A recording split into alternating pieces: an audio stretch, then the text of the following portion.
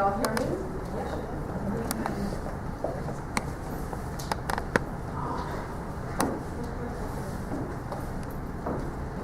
Thank you. I just grew a couple inches taller. I'm wearing heels. The higher the heels, the closer to God.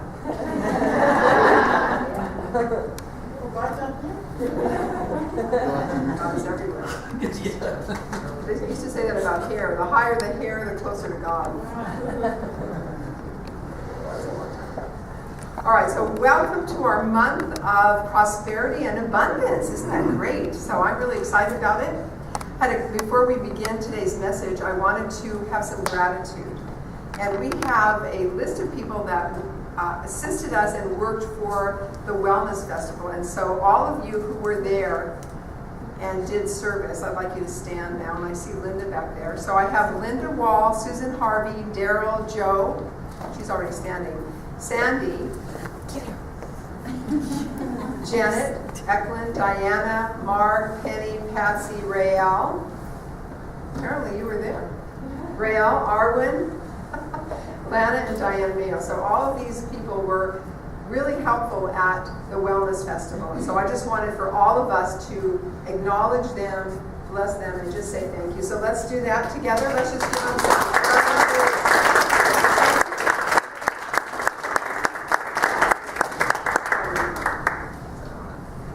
We also had a band. Those of you, how many of you were at the Wellness Festival? Yay! And you saw the band. Did you hear the band? Some of you? We had a live band of 5 people that came all the way from Kelowna. So some of you, and weren't they amazing?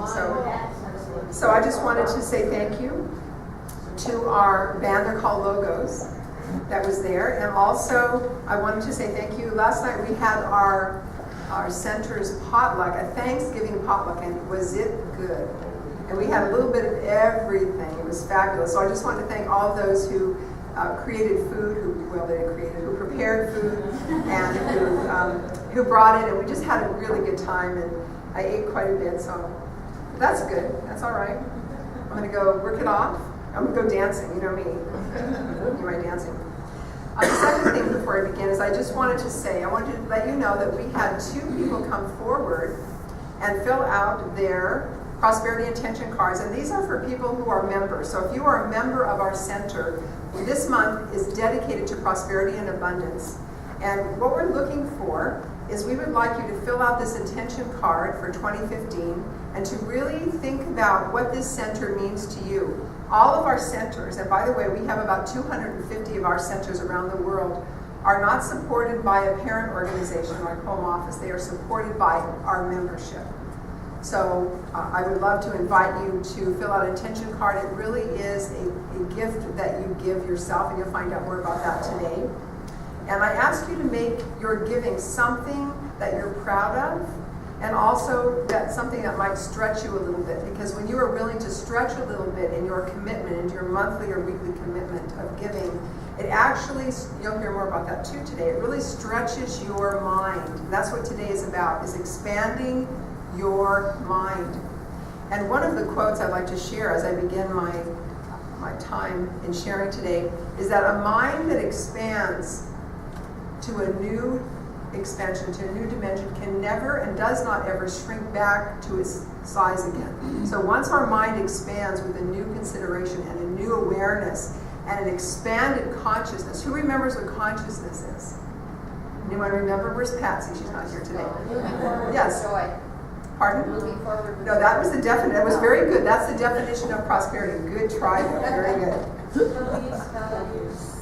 So our consciousness, because you'll hear this a lot. So what is consciousness? We're going to expand our consciousness, but what is it?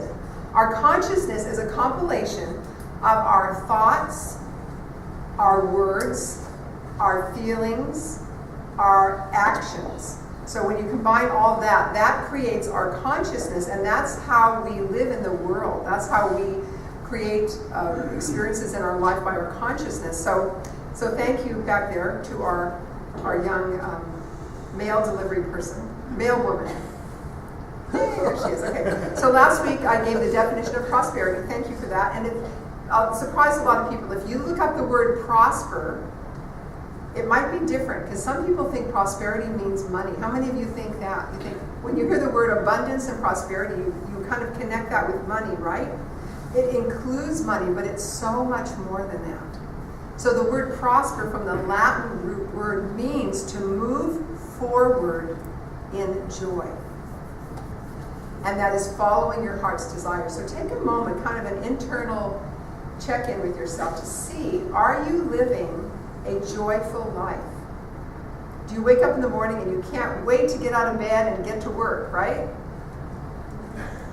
They're laughing. They're laughing. Why are they laughing? So we'll talk more about that. Last week, I shared with you that there are 5 spiritual practices that we can do that up-level our prosperity and abundance.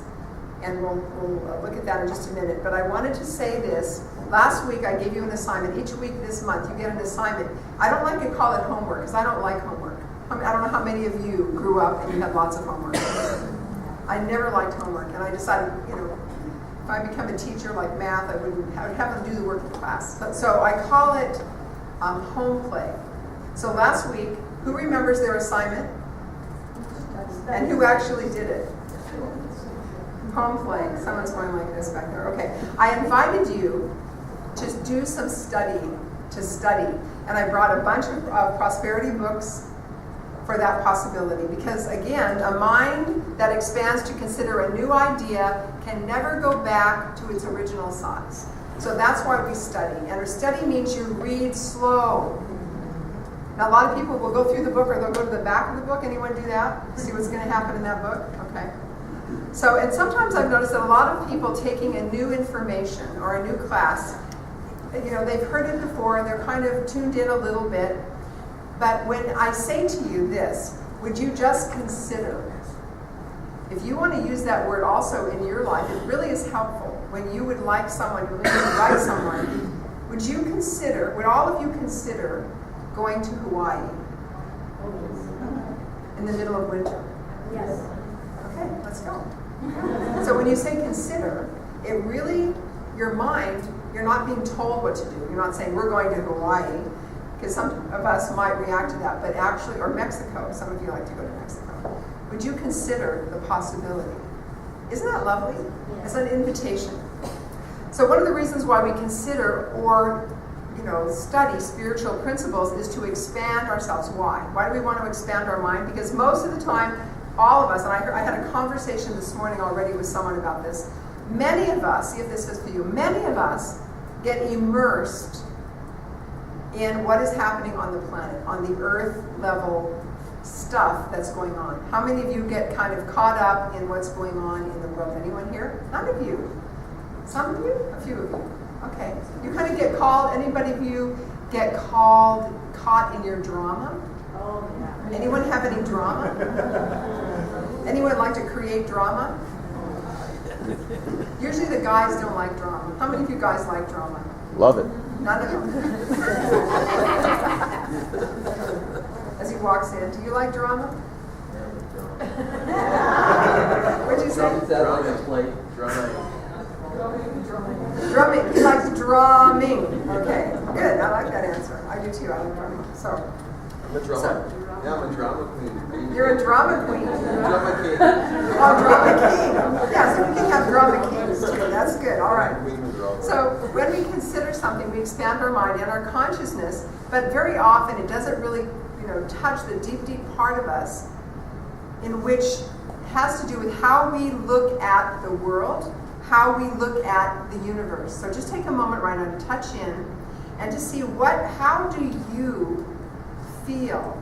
How do you view the universe? Do you feel it's a safe place? Do you feel that this world is a safe place? And so if we want to expand our consciousness and our spiritual prosperity, we have to, I believe, really look at and touch upon the spiritual truths or spiritual principles of prosperity. And if we don't, there is no transformation, I believe, and there will be no change. So today we're going to look at something that you may have not heard before, and then we'll look at the practices again, of course. So there's 4 ways that most human beings look at the world and the universe. So So I want to talk to you about how you see that. Because your belief about God, your belief about the universe, your belief about life, whatever you believe to be true, is how you see the world. And we can change our mind. Ladies, we're really good at that. We change our mind. So what are the 4 ways of viewing the universe and viewing the world? The first one, and see where you fit in this. The first one I don't think any of you will fit into. Let's see what you think. The first one, the first basic way, is from the Old Testament. And it is a belief that God, number 1, is a he. People laugh when I say it's really a she. They believe God is a he that sits on a throne in the sky, a gold throne with long hair, and judges everything, takes notes on everything you do, right? This is kind of the Old Testament way of looking at it. And that's been around for quite some time, at least like, a couple thousand years. And so there's a fear when it comes to being judged. Anyone here like to be judged? Not too much fun. So there are people who believe that.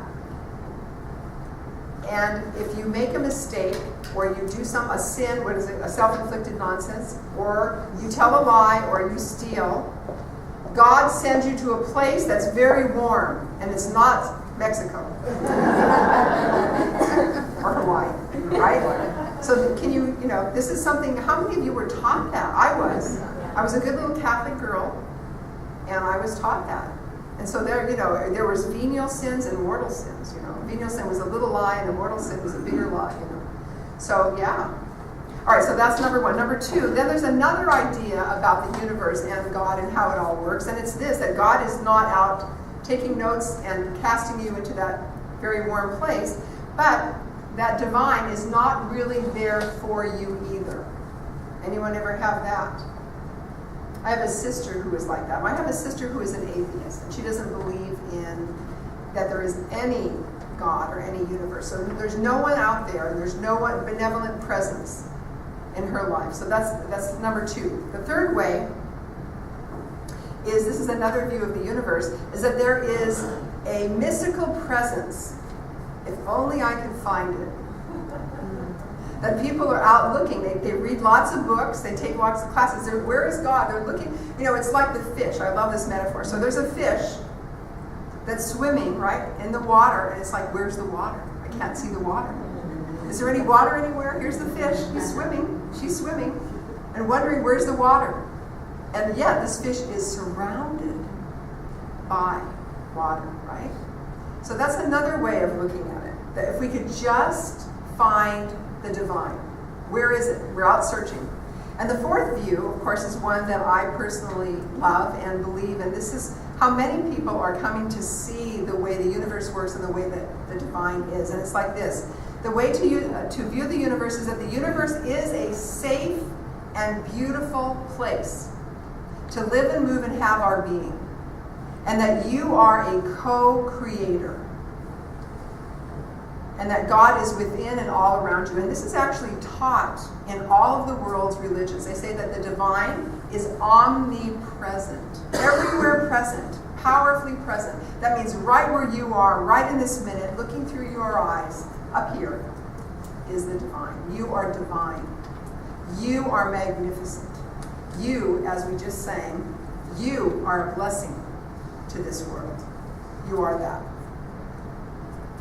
And this power and the presence and love lifts me.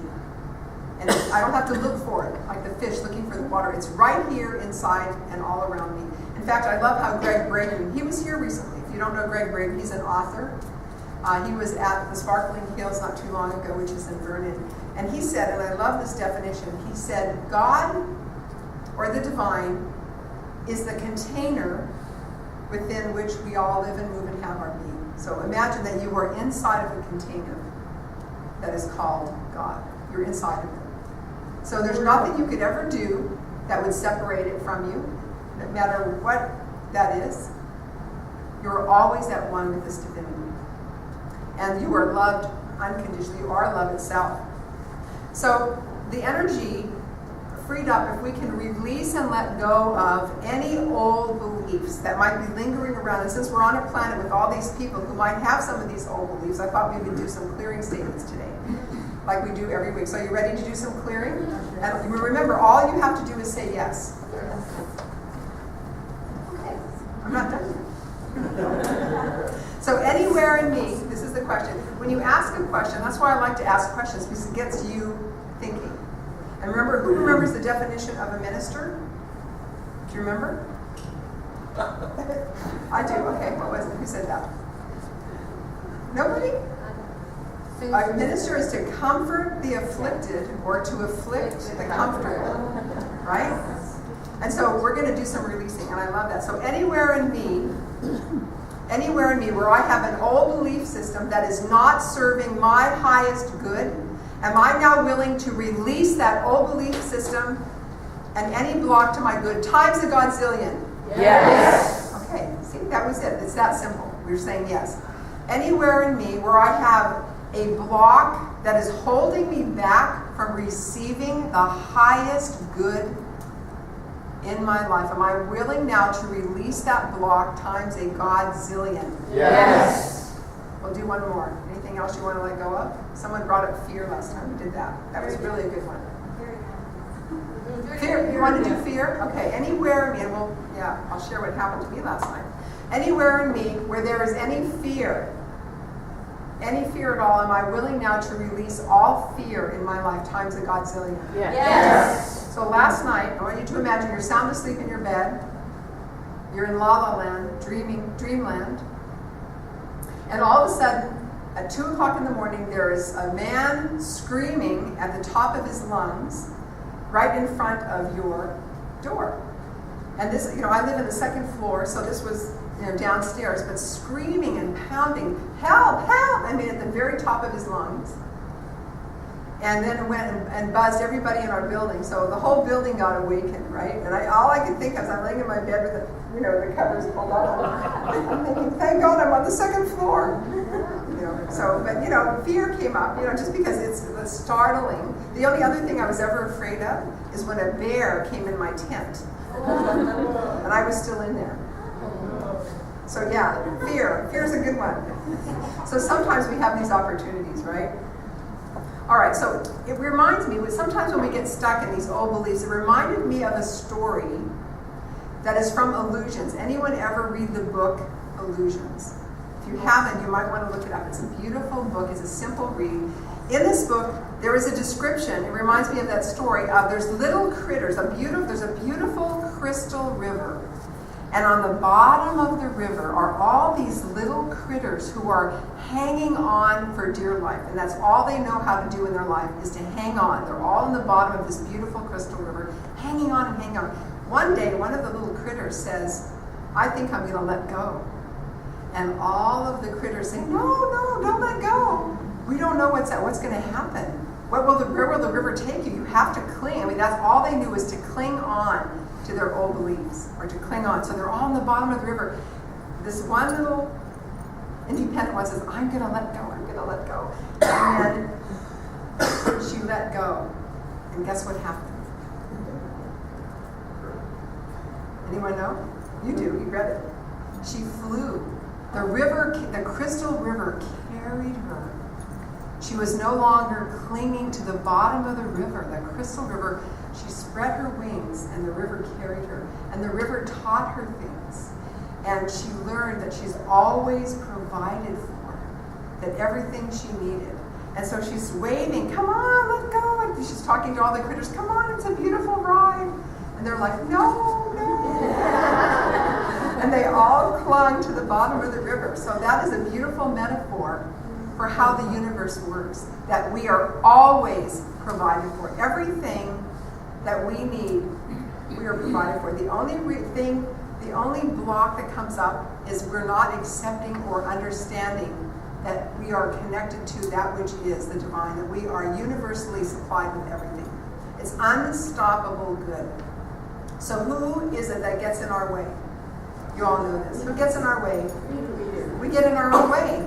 We don't, and this happens through not deserving. Some of you may be aware that you may feel you don't deserve. Anyone have that going on? Like you don't deserve it? Some of you? Or you don't believe or have faith. You're like the little critters, scared to death to let go. But once you let go and you trust the universe, you trust the divine, you have that faith, everything is provided.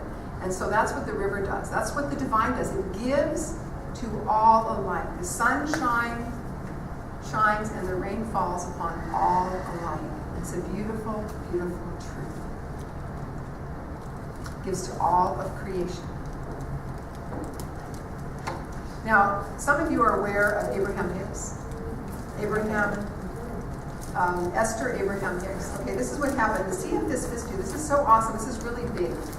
One day, Esther was watching TV, and she pressed a button, and it went to a movie, and it was the middle of a movie. And in the middle of this movie, it was about a writer.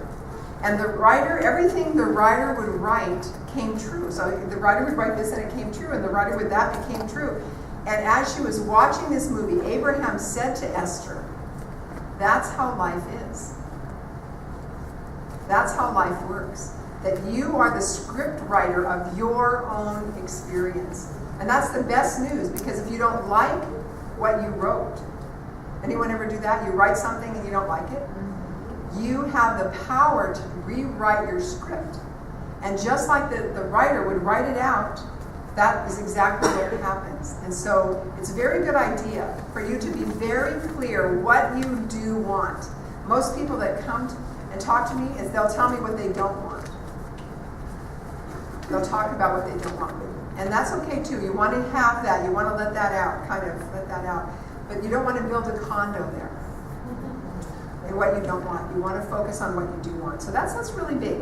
And so consciousness, which you all know what that means now, is cause, and we cannot get away from that. And it goes like this from Holmes. That which you put your attention on expands. That which you put your attention on expands. The universe is in a conspiracy. How many of you have heard of that there's a conspiracy theory going on in the planet?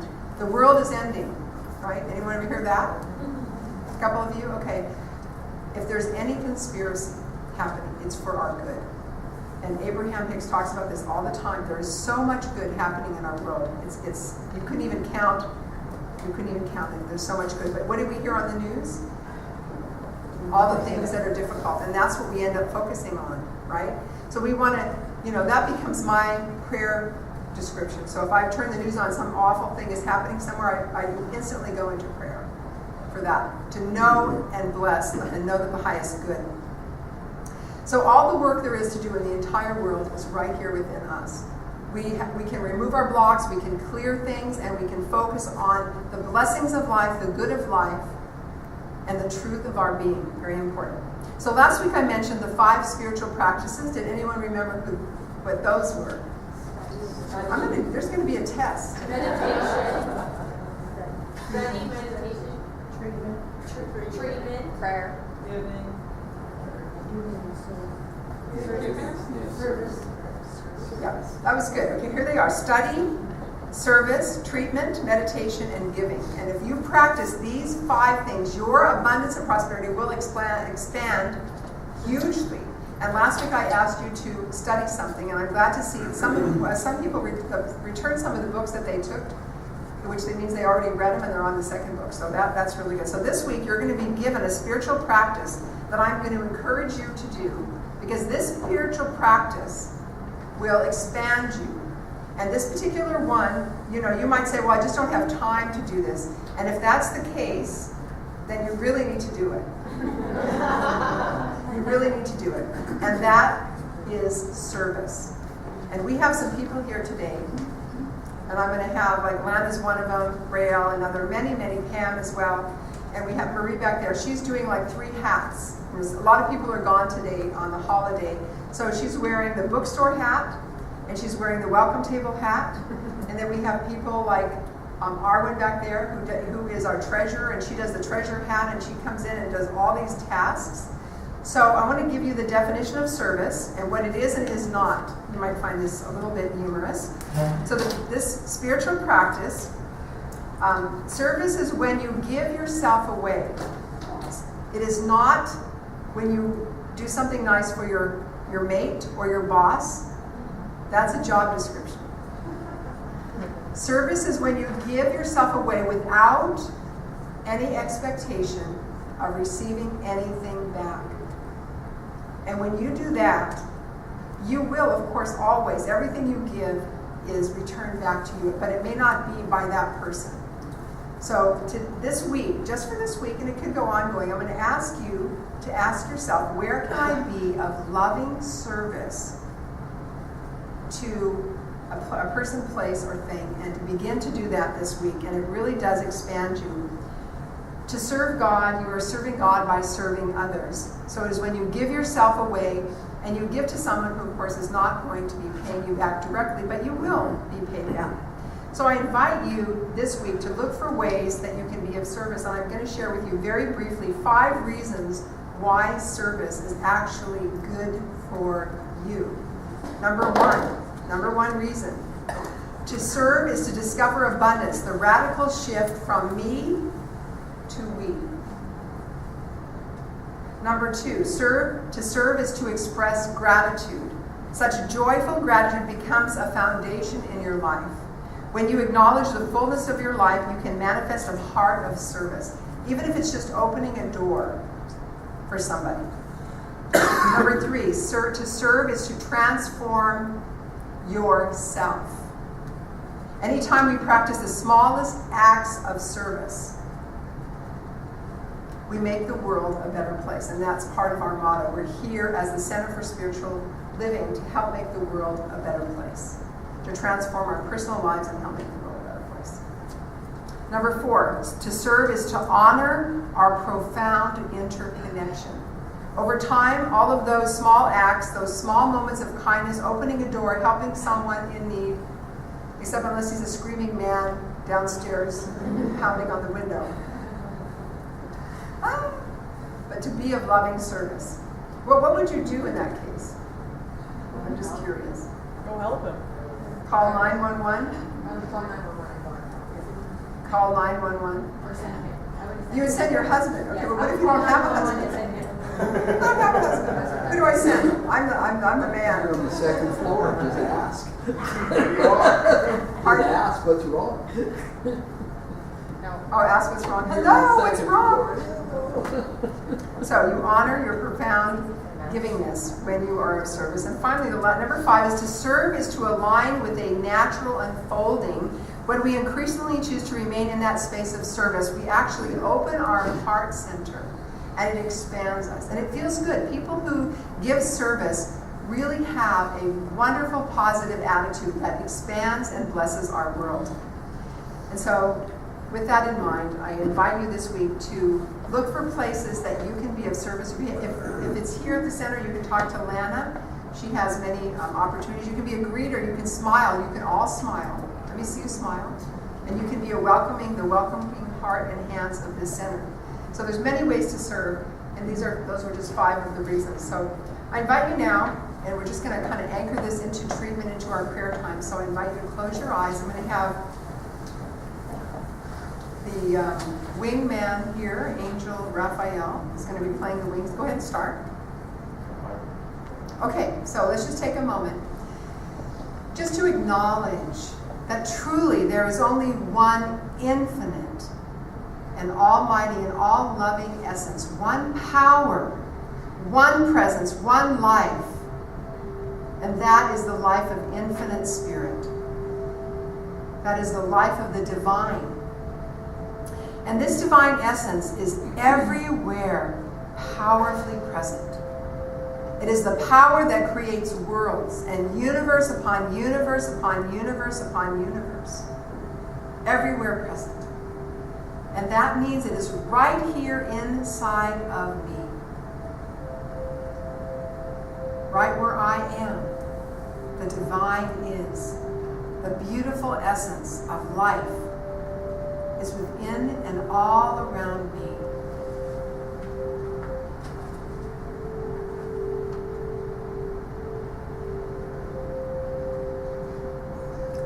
And therefore I know that I am absolutely one with this essence and presence of life. And knowing that, I speak my word on behalf of myself and everyone within the sound of my voice. And I ask for a very profound expansion of my mind. That I deeply realize spiritual truth. That I am willing to step forward in my life and be of loving service to Spirit. I ask Spirit, I ask the Divine, I ask God, how can I serve? What is it that I can do to make this world a better place? Is it random acts of kindness? Is it sitting with an elder who needs my time and understanding? Is it listening to a friend? Being fully present in the now? Is it loving my partner? How can I be of loving service in my life and to this world? Is it being in prayer? And so I take time this week to anchor in consciousness the willingness to be present in loving service to this world, to this community, to this city, to life itself. I open my heart and my mind. And as I expand my mind, a mind that is stretched to a new, expanded place, never shrinks back to its original state. It is expanding. And so I now add to my repertoire. I study spiritual truth. I study prosperity principles. That includes money, but many, many, many other things. Being rich in spirit, being kind and being loving, being supportive. Knowing the truth of my being, just knowing that and being present is such a gift. And so I look for ways this week that I can serve, that I can be present, that I can be loving for others, that I can be that channel of love, a smile, a flower, doesn't take a lot, a hug, offered unconditionally, changes the atmosphere of this planet.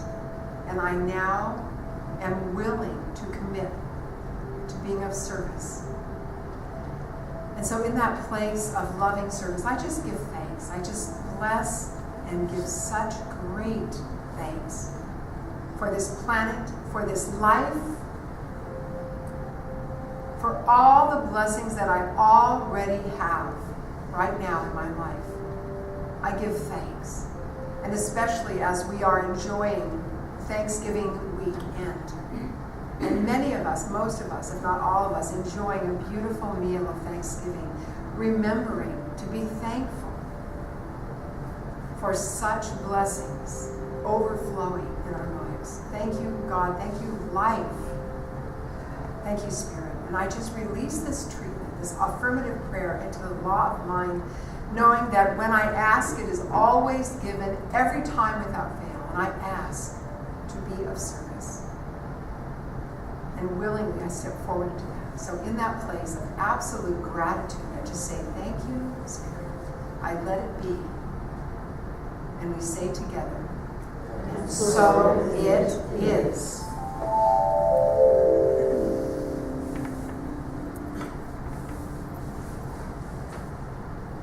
Thank you, Wingman. We're going to have a song right now. More than enough. You're like the song. That all we need to be content is this. Someone to love, something to do, and something to hope for. With these three goals, your aim life could be bliss. But human nature's funny, you live, learn, and forget. May this song help remind me when I'm tense and upset. Food for my belly, a comfy bed, a gal who loves me, enough said. It's not much, but it's more than enough. My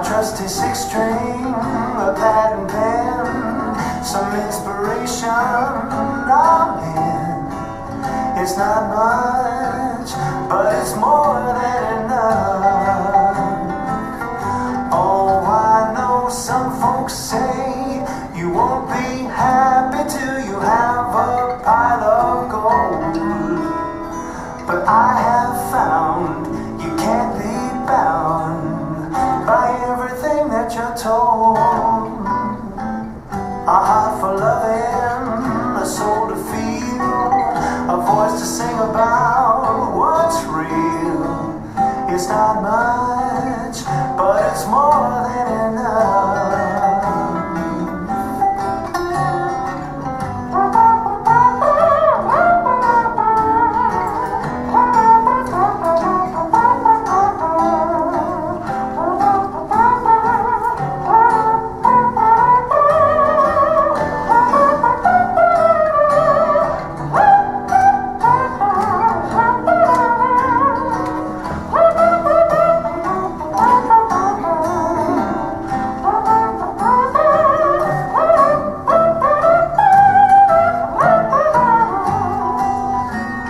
Some folks say you can't be happy till you have a pile of gold.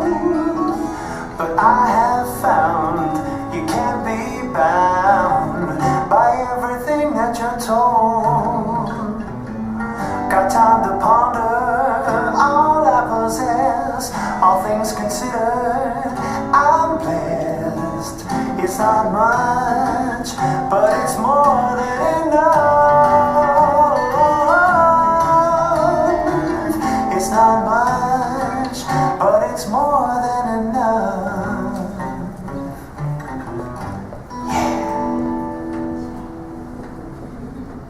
Thank you. And now I'd like to call Maria.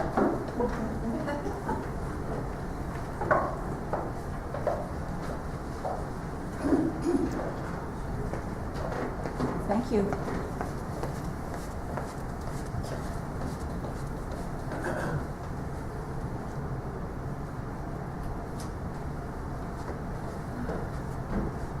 don't know if you can tell it, but I woke up at 4 a.m. this morning. Somebody knocked at your door too? Well, perhaps. But I woke up with a start and I decided, well, I'm not going to fight this. So I made myself a cup of tea and I ran to my little nook where I do my spiritual exercises. And, oh, I think I forgot it. I was going to show you a book that we were given. It's not this one. This had a page on it. It was a book this size, and all of us who were at this workshop were given this. So I think we were at a service, and it's today. The book is 365 days old. It was given to us not